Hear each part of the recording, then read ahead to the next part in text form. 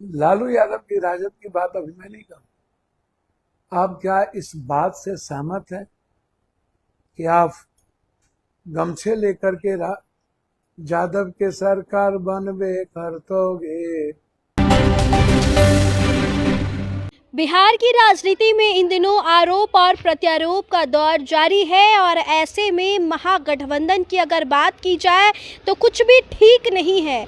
जहां जहां कांग्रेस अपनी प्रत्याशी उतार रही है, वहां वहां राजद भी अपनी प्रत्याशी उतार रही है। आपको बता दें कि इन दिनों दो विधानसभा क्षेत्रों की चर्चाएं काफ़ी जोरों शोरों से हो रही है, जिसमें सबसे पहले लालगंज आता है, दूसरे में वारसलीगंज, जहां पर अशोक महतो की पत्नी को भी टिकट दिया जाता है, तो वहीं से कांग्रेस की ओर से भी वहां प्रत्याशी उतार दिया जाता है। लालगंज में भी कुछ इसी प्रकार से हो रही है, जहां कांग्रेस ने अपने प्रत्याशी उतारे, वहीं से राजद ने मुन्ना शुक्ला की बेटी शिवानी शुक्ला को टिकट दे दिया है। ऐसे में पप्पू यादव का बड़ा बयान सामने आता है। पप्पू यादव ने कह दिया कि लालू प्रसाद यादव और तेजस्वी यादव की मानसिकता इससे दर्शाती है कि उनकी मानसिकता कैसी है। तो चलिए एक नज़र डालते हैं पप्पू यादव की इस पूरी बयान पर।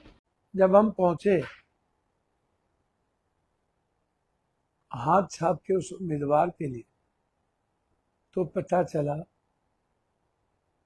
राजद नेतृत्व लालू यादव जी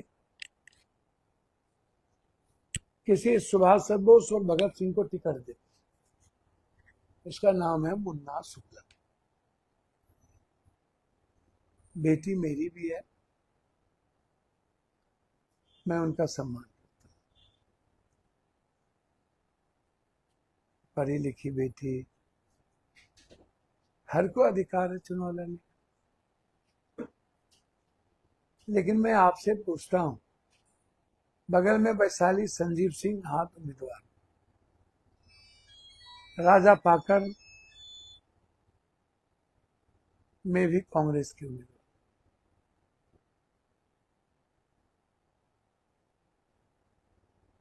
बछवाड़ा में भी कांग्रेस के उम्मीदवार, सदानंद बाबू से लेकर आज तक कहलगांव में कांग्रेस के उम्मीदवार जीतते रहे। बारसलीगंज में पहले से तय हो चुकी थी, सददेव उर्फ ममता सिंह चुनाव लड़ेंगे पहले से। राजद नेतृत्व जिनका मैं हमेशा से सम्मान करता हूं, लालू यादव जी, आप मेरे पिता की तरह। आज के कुछ यादवों को ये समझना जरूरी है, यूथ को, जो कुछ भी लिख देते हैं।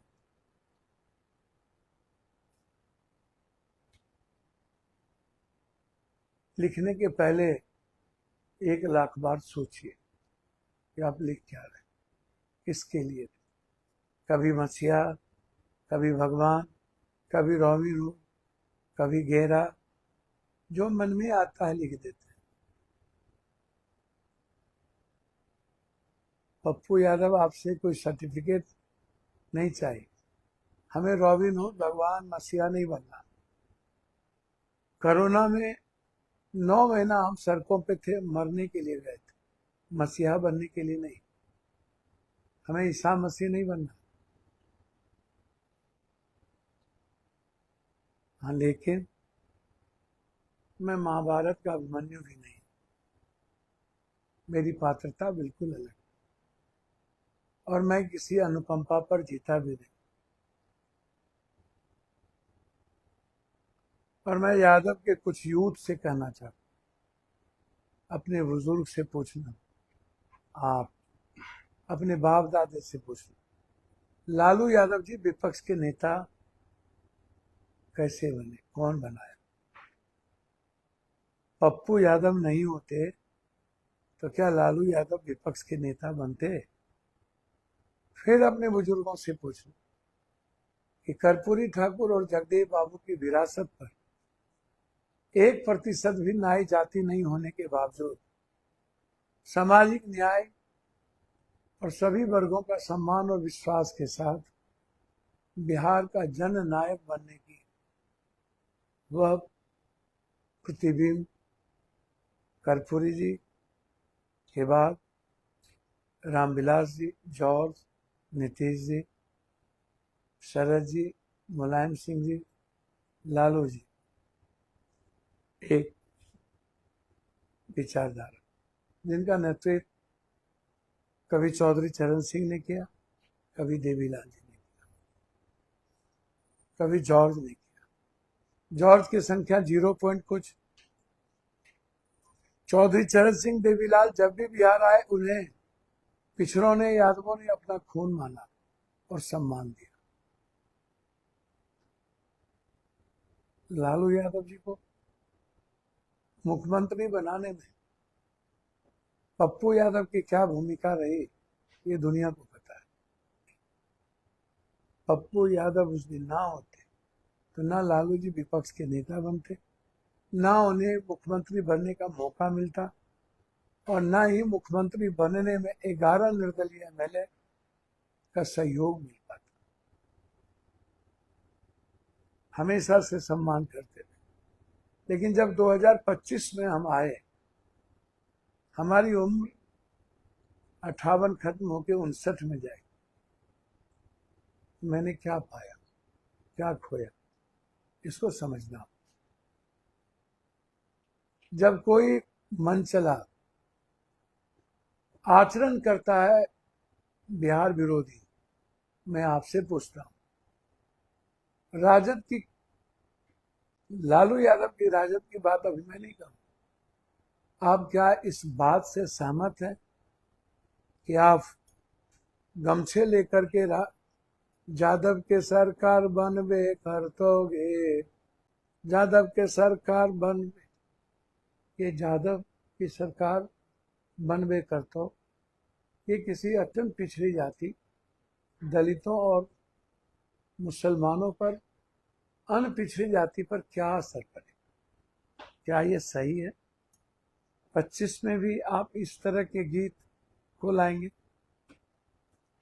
आपने गरीब की बात करना छोड़ दिया।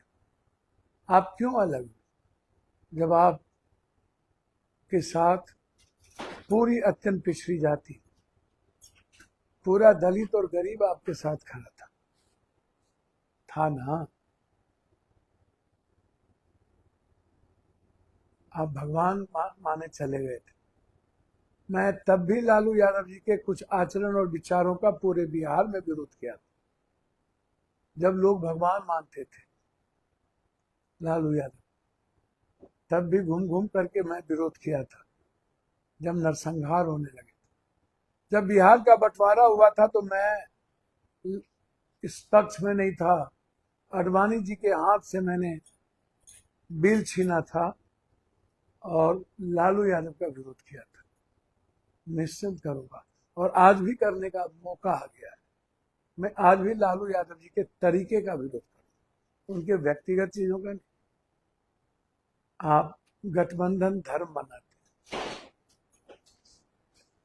आप गठबंधन धर्म बनाते हैं।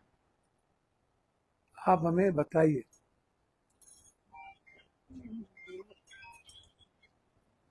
गठबंधन धर्म विश्वास के साथ आता है, एक सादगी के साथ, ईमानदार प्रयास होता है, ईमानदार समर्पण होता है, एक विश्वास होता है।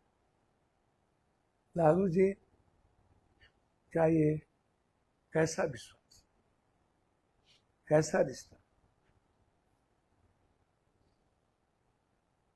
क्या मैं मानूं?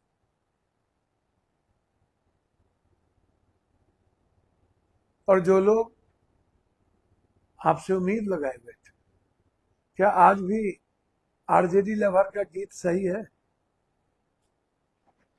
मैं आपसे लालू जी जानना चाहता हूं, मंचों पर डांस, मंचों पर ऑर्केस्ट्रा, मंचों पर बाई का नाच, मंचों पर भोजपुरी लौंडों का नाच, भोजपुरी गीत और विपक्ष के नेता का थिरकना, क्या ये गंभीरता दिखाती है?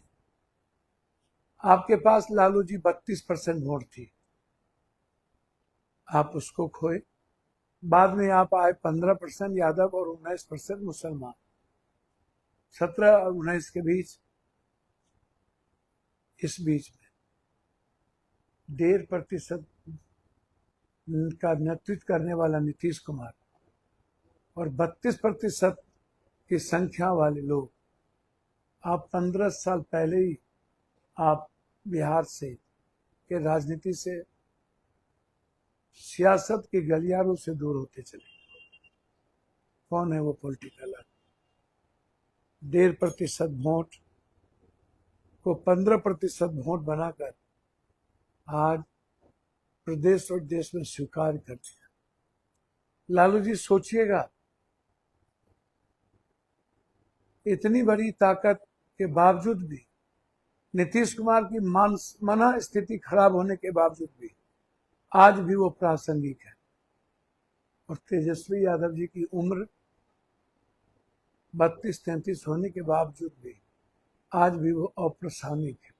तो सुना आपने, पप्पू यादव ने राजद पर, यानी कि लालू प्रसाद यादव और तेजस्वी यादव की मानसिकता पर बड़ी बात कह दी है। ऐसे में देखिए, महागठबंधन में जिस तरीके से पेच फंसा हुआ है सीट को लेकर के, प्रत्याशी को लेकर के, और बिहार में बस कुछ ही दिन बचे हैं, चुनाव होने हैं और चुनाव बहुत ही जल्द होने हैं। उससे पहले जो है महागठबंधन का अभी भी सीटों को लेकर तनातनी चल रही है। कांग्रेस और राजद में आपस में ही भिड़ंत की मामले सामने आ रहे हैं, जहां कई ऐसे विधानसभा क्षेत्र हैं, लगभग 10 विधानसभा क्षेत्र हैं, जहां पर कांग्रेस भी अपने प्रत्याशी उतारे हैं और राजद भी अपने प्रत्याशी उतारे हैं। अब देखना होगा कि ऐसे में किसकी सीट और कौन सी सीट से कौन प्रत्याशी जीत दर्ज करते हैं। आप बने रहे हमारे साथ, तब तक के लिए बहुत बहुत शुक्रिया।